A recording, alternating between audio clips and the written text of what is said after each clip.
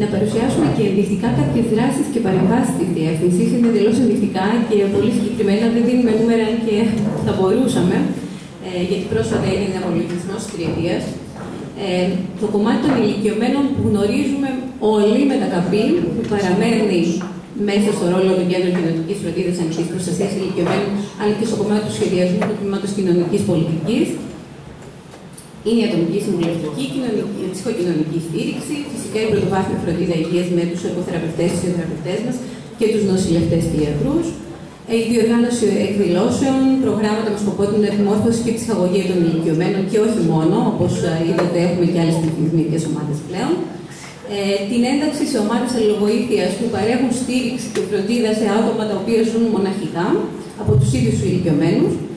Και φυσικά με δράσεις διασύνδεσης με τις νεότερες γενιές. Είναι προγράμματα βιωματικών δράσεων που υλοποιούνται και στα σχολεία, είναι οργανωμένα προγράμματα και παρέχουμε, υπάρχει μια σταθερή συνεργασία με την πρωτοβάθμια διευθύνση στο Ηράκλειο. Παιδείας. Επίσης, στο κομμάτι της οικογένειας, στην ισότητα και το παιδί μας, παρέχεται κοινωνική και ψυχολογική στήριξη συμβουλευτική στην οικογένεια.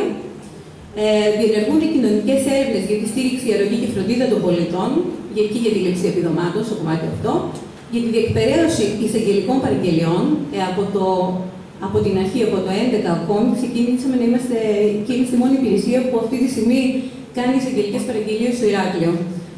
Επίσης, δράσεις ενημέρωσης και ευαισθητοποίησης για τη σεξουαλική κακοποίηση του παιδιού, συμμετοχή στην καμπάνια του Συμβουλίου της Ευρώπης One in Five. Είναι 1 στα 5, 1 στα 5 παιδιά δηλαδή κακοποιείται και εξ αρχής συμμετέχουμε σε αυτή την καμπάνια.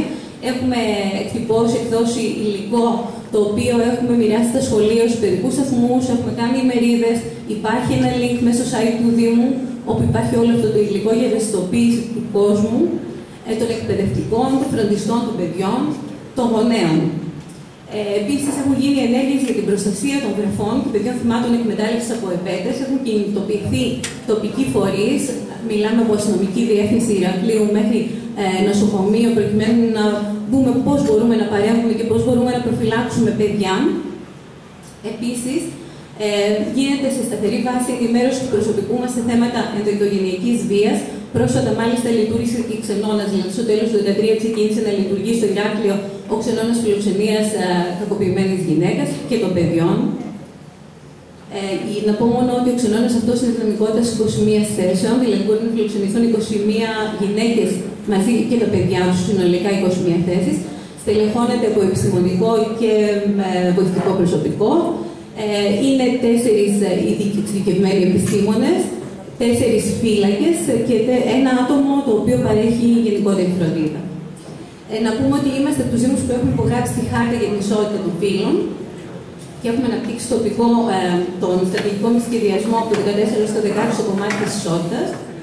Έχουμε συμμετάσχει σε διάφορα προγράμματα εθνικά και ευρωπαϊκά για την ισότητα των φύλων. Επίσης, στο κομμάτι των μεταναστών και Ρωμά, είμαστε από τους πρώτους Δήμους που είχαμε συστήσει το Συμβούλιο Ένταξης Μεταναστών. Σταθερά ασχολούμαστε με την πληροφόρηση και υποστήριξη των μεταναστών.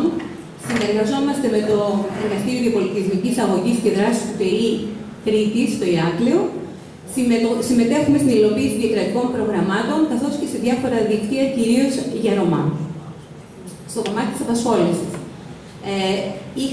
Λειτουργούσαμε για μεγάλο διάστημα γραφείο συμβουλευτικής για την απασχόληση, μαζί και υπήρχε και μια πλατφόρμα, το Workfinder. Το τελευταίο χρόνο δεν λειτουργεί, όμως κάνουμε προσπάθειες να λειτουργήσει ξανά, γιατί θεωρούμε ότι υπάρχει σοβαρό πρόβλημα στο κομμάτι της ανεργίας. Επίσης, γιατί θεωρούμε ότι από εκεί ξεκινούν άλλωστε και όλα τα προγράμματα, τα προβλήματα των ανθρώπων σήμερα. Η εκπαίδευση των ανέργων και η συμβουλευτική γίνεται σταθερά από τα κέντρα μας και τους συναδέλφους στα πλαίσια του ΚΙΚΙ. Επίσης, γίνονται διάφορες ημερίδες και προγράμματα μέσω των οποίων προσπαθούμε να ενημερώσουμε τους ανέργους. Και υπάρχει και η συμμετοχή μας σε διάφορα προγράμματα, το ΩΠΣΑ, το ΠΕΚΟ, καθώς και στην Αλληλεγγύη Κρήτης. Στο κομμάτι της πρωτοβάθμιας φροντίδας υγείας, παρέχουμε υγειονοσηλευτικές υπηρεσίες, μεσολική φροντίδα, γίνονται PAP test δωρεάν και μαστογραφίες, παρέχεται σταθερά εργοθεραπεία και φυσιοθεραπεία, γίνεται προγραμματισμός και μέρη με την εφαρμογή προγραμμάτων και μέτρων για την προστασία και προαγωγή της δημόσιας υγείας, γίνονται συνεχώς διάφορες προληπτικές δράσεις προγράμματα και έλεγχη σε συνεργασία με φορείς και υπηρεσίες και εκπαίδευση των ωφελημένων μας στις πρώτες βοήθειες. Λειτουργεί και μονάδα πρωτοβάθμιας φροντίδας υγείας στο Δημοτικό Ιατρείο που εμείς αποκαλούμε, σε συνεργασία με το Παθανή και το Τμήμα της Ιατρικής του Πανεπιστημίου Κρήτης.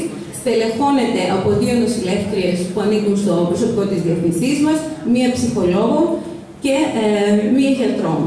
Όμως υπάρχει σταθερή συνεργασία με εξειδικευμένους γιατρούς από το Παθανή και το Τμήμα της Ιατρικής. Σχετικά με τον ξενώνα, σας ανέφερα και πριν. Απλώς οι παρεχόμενες υπηρεσίες, να πούμε, νομίζω οι περισσότεροι τις γνωρίζετε, είναι η φιλοξενία και η ασφαλής διαμονή των γυναικών, η ψυχολογική και κοινωνική υποστήριξή τους, αφού υπάρχει ψυχολόγος, παιδοψυχολόγος, κοινωνική λειτουργός. Επίσης, υπάρχει διευκόλυνση στην πρόσβαση στη νομική συμβουλευτική. Υπάρχει άλλωστε άμεση συνεργασία με το γραφείο της Γραμματείας Ισότητας των Φύλων, που υπάρχει στο Ηράκλειο, καθώς και δικτύωση και παραπομπή σε αρμόδιες υπηρεσίες και φορείς. Σας ευχαριστώ πάρα πολύ. Τα τηλέφωνά μας και η Ευχαριστώ πάρα πολύ.